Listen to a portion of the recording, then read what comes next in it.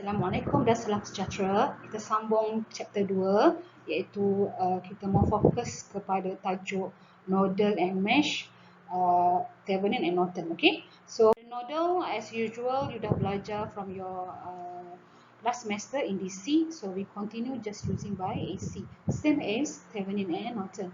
For the superposition and theorem, for superposition and source theorem, source information, kita tak cover for this chapter for this semester. Okay, at least you can understand of the concept of nodal as usual for the mesh, and the best thing you must know the Cramer's rule, how to solve simultaneous equation. Okay, the last one you kena tahu concept of supernode, and you kena tahu how to how to develop your equation by dependent source. Okay, you can develop the equation by dependent source. You kena keluarkan equation dia apa. Okay, untuk konsep nodal tadi kita ulang balik. Okay, kita follow as reader book macam biasa yang kita dah belajar last semester. Konsep dia mana? Konsep dia where you stand you are the higher, the rest is lower. Dan you kena tengok dekat mana node dan branch, node, branch dan non-reference node you. Okay, sekarang untuk V1, kalau you tengok di sini, V1 you, satu node, okay, satu node kat sini, satu, kenapa ni? Satu node, ni dua node dan ni tiga node. Okay, tiga node ni connected many branch. Satu node boleh connected more branch. Usually kita pilih dia extension node ni sebagaimana dia connected three branch or more. So kita panggil sebagai essential node. So sekarang ni ada tiga node lah, satu, dua dan tiga node. So yang node yang bawah ni kita pilih dia sebagai reference node, sebagai grounding node. Kosong lah kiranya. Sebagai kenapa? Sebab senang sebab dia connected many branch, so kita pilih sebagai non-reference node. So where you stand you are the higher, konsep tu kan. So dekat mana awak berdiri, dekat situlah awak berkuasa, dan semua current akan going out, semua current akan keluar kecuali current source yang sedia ada. Contoh yang ni kan, you ada current source ni kan, biarlah dia ikut following current dia apa, yang ni ke atas kan. So the rest ni yang ni you keluarkan dia. Okay, senang. Okay, untuk dekat node tu pun sama. Sekarang ni you dah ada current source ni kan, so ikut je lah dia. Yang tak ada tu you just going out. Okay, so you kena ikutlah equation you by I equals to V over R. Kita nak cari node voltage kan, V kan, so you kena letak equation you dalam bentuk yang ada V sebab node voltage, ingat tu kan. So sama macam konsep dalam semester. Dah settle for I ni, you kena tengok lah dekat brush ni ada tak V yang you tolak, adalah macam ni, this one V1 minus V2. Bila you start dekat V2, V2 minus V1. Okay, so you ikut macam mana yang dah kita bahas sebelum ni, settlekan dia punya equation untuk you punya nodal concept. Okay, kita sambung dekat yang nanti dekat slide sebelah, you settlekan your punya simultaneous equation macam mana. Okay. So yang ni just I nak lebih particular je. Kalau you dah terror tak perlu buat pun yang this one. Okay, you dah ada dah. Tadi kan kita dah buat dah untuk dia punya apa equation for branch kan. So yang masukkanlah I in sama dengan apa? Kalau ada I out lah, listkan semua. Okay. So sekarang kalau saya buat yang this one, 5 apa dia? Tengok kat sini kan dia masuk. So sini sebagai I in lah, ni I in, ni I out. Okay, I in dengan I out. So you listkan lah, I in ada current apa, I out ada current apa. So you simplify your equation, so you dapat first equation here. Okay, sama juga yang this one, I in, I out. So sekarang I in sini, I out dekat sini. So you listkan semua I in dengan I out you. Okay, so you dapat the second simultaneous equation. So ingat kalau untuk KCL concept, I in equals to I out. The summation of current equals to 0. Okay, so sebab apa kita guna ni? Sebab I equals to V over R. Kita nak cari node voltage. Okay, kita guna konsep this one lah. Okay, so settlekan your problem dan you dapat the simultaneous equation here. You dapat simultaneous equation. You solvekan simultaneous equation ni dalam bentuk matrix. Tukarkan dia dalam bentuk matrix form. Ikut je lah. Just follow je dekat mana V1 you just put je macam bentuk matrix ni.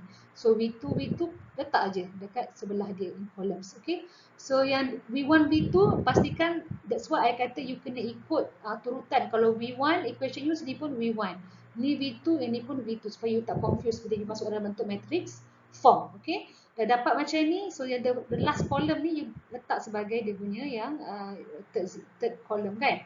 Okay, for the determinant yang the whole of your equation you buatlah daripada you punya original from here. Okay, for your the reference determinant you. Okay, so you letak macam biasa, guna AD tolak dengan BC. This one your A, this one B, this one C and D. Okay, just put back. Okay, AD multiply minus D multiply by C.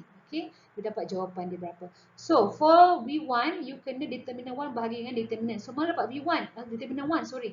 Determinant 1 ni, dekat jawapan yang bahagian sini ni, okay, katakanlah saya namakan A, ni B, ni C kan. Bahagian C ni, you letak dekat first column. Okay, barulah you buat dapat determinant 1. Tengok dekat sini, V1, V2, dia kena ikut turutan dia. Okay, so V1 here, first, so first column. V2 dekat second column, so V2 dekat second column dekat sini. Okay, kena related lah. Kalau you terbalikkan dia pun, you kena ikut. Jangan salah. Okay, so you dapatlah dua-dua jawapan dia berapa. Okay. Then, dalam tu, soalan dia nak semua the value of I. So, follow je lah. Dah dapat value of V kan semua kan. V dah dapat, just substitute your value of V, dapatkanlah I yang dekat sini. Okay. Okay, kita ganti balik untuk yang okay, this one. Okay, untuk analyzing ni. Okay, so first step for the AC step, tadi kita belajar untuk DC, just refresh back your knowledge kan. Okay, yang this one, you dapat AC circuit dalam bentuk apa? AC circuit tu dalam bentuk time domain kan. Kita kena tukar dulu circuit you dalam bentuk phasor ataupun frequency domain nama dia. Okay, you kena tukar dulu daripada time domain ke phasor domain your circuit. Dalam bentuk apa? Dalam bentuk yang ni ada cos kan. You punya apa? Kapasitor pun tak ada value lagi. So dalam bentuk apa ni? Sama ada rectangular ataupun dalam bentuk phasor. IJ lah maksudnya complex number. Okay. So lepas tu you kena solve the problem, cari node voltage. Okay. Baru node voltage ke dari I ke, depends on question lah. So the last one, soalan dia biasanya kita akan transform back your punya answer tu kepada bentuk time domain balik, kepada IT. Phasor macam mana? Phasor I tebal ataupun ada anak panah lah. Ini tak ajarkan tapi cuma tebal lah. Tebal ataupun dia ada anak panah. Maknanya dia berbentuk apa? Vektor. Maksudnya ada value dan magnitude. Okay, tapi kalau untuk time domain ni dalam bentuk IT apa? Cos ataupun dalam bentuk sin tu lah. Okay. So next. Dalam yang circuit you ni masih dalam bentuk apa ni? Dalam bentuk time domain kan. Okay, so dalam bentuk T lagi. So nak tukarkan bentuk phasor 20 cos, directly you kena masukkan cos kosong, tak ada cos kan, 40 je. Kalau sin, you kena minus 90 degrees. Tapi sekarang cos kan, cos dia directly you transform, you dapat 20 angle 0 degrees. So how about your omega? 20 cos 40, that means 40 is your omega. So omega equals to 4 radian per second. For inductance 1 Henry, just use the equation J omega L, masukkan value berapa dapat J 4 ohm. For 0.5 Henry, masukkan value dapatlah berapa J. So untuk 0.1 Farad, that means is a capacitance. Capacitance 1 bahagi dengan J omega C. So 1 bahagi dengan masukkan value omega and value of C. Masuk ke calculator tu, you kena 1 bahagikan dalam kurungan. Okay. J multiply by 4 multiply by 0.1. So you akan dapat jawapan tu dalam bentuk minus J. Okay, so 1 bahagi J akan dapat minus J. So capacitor value is always in negative value. Itu dia nak bezakan dengan your inductance. Okay, I dah solvekan untuk you dia punya current flow macam mana kan. Yang ni sebab I ikut konsep tadilah, sebab saya dah buatkan siap supaya you nampak kat mana arah current flowing. Konsep S-reader juga sama. Okay, in this case kita tahu dah this one is V1, this one is V2. The last one yang kita pilih dia connected many branch, so dia memang sangat sesuai dijadikan sebagai reference node. So dekat V1 ni you are the higher, the rest is lower. Okay, sama juga dengan dekat V2. Dalam circuit you sekarang you ada dependent source. Okay, diamond kan, bentuk diamond. So dependent source ni ada value of Ix. So dekat dalam equation you, dalam circuit you ni dekat mana Ix? So Ix tu dekat sini. Okay, by using Ohm's law, Ix is also V over R. Okay, ataupun sekarang V over Z lah, sebab kita tak guna R kan di dalam complex number. So Ix cakap mana? I kat sini. So kita dah initialize V1 tadi kan. So gantilah V1 over ZU sama dengan minus J 2.5. Okay, so sekarang dalam dependent source dia bukan Ix, dia 2Ix. So dependent source 2Ix. So masuk dia lah 2 2V1 over minus J 2.5. You punya first equation for dependent source-nya. Okay. So untuk dekat node V1, okay, node V1 you ada apa? Ingat, I in equals to I out. Okay, I in equals to I out. So dekat V1, where you stand, you are the hari. Di mana awak berdiri, awak lah jadi kuasa. Okay. So sekarang, kalau awak tengok daripada circuit awak ni, so senang je lah. So V1 over J 2.5 plus V1 minus V2 over J4. Sorry, saya pakai drawing pad ni memang kacau bilau. So V1 minus ni ikut ni. Ni kat mana kan? Dekat ground kan? Dekat ground minus. So V1 minus 20 over 10 equals to 0. Okay, ni first equation.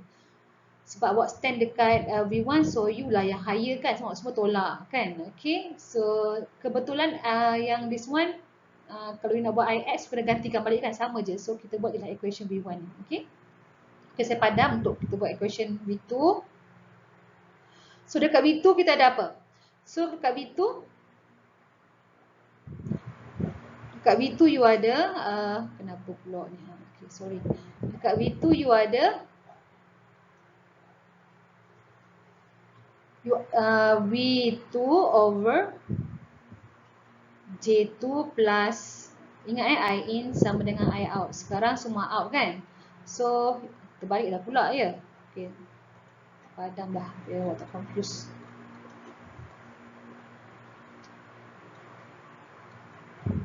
So I out sama dengan I in. Tadi ada I in tak? Tak ada. Tadi semua dia kosong kan? Allah Akbar. So yang this one, tunggu dulu tulisannya.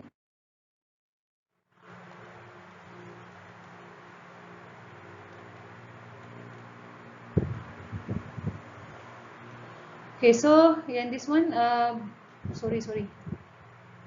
So I out sama dengan I in untuk V2 KCL at node 2. Okay, KCL at node 2, I out, KCL at node 2. V2, kita ada V2 over J2 plus V2 minus V1 over J4. Lagi you ada dependent source kan, dia masuk I in. So 2 IX.